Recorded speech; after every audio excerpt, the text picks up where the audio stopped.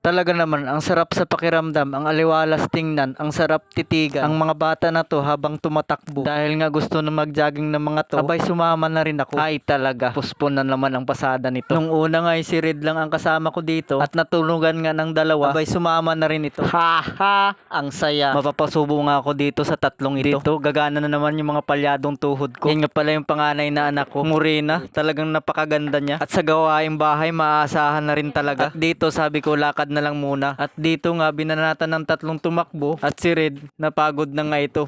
Pero halatang nag-i-enjoy naman ang mga to. Dahil first time lang nga ngayong 2025 nangyari ang banding na ito. Ay naku po, ay naku ka naman talaga. Yung tatlo sobrang enjoy nila. Sobrang saya nga nung nakita ko na natutuwa na rin sila. Kahit nga pagod na ako. At dito nakarating kami sa Bintorillo. Sabi ko kay Red at Maha, bago kami bumalik ay mag-ehersisyo muna at pagkatapos nga magpakalma ng mga kaugatan nila at kami bumalik na dahil palabas na nga ang haring araw at ako'y mamamasada pa. Ay talaga, hindi pa nakuntinto ang tatlo at nag-request pa nga sila, Papa halika sa dagat sumilip muna. Haha, pundo talaga ang pamamasada ko nito. Basta ang sabi nila sumunod lang ako, pero di bale ang saya at naging kalmado din ako. Shout out sa inyo.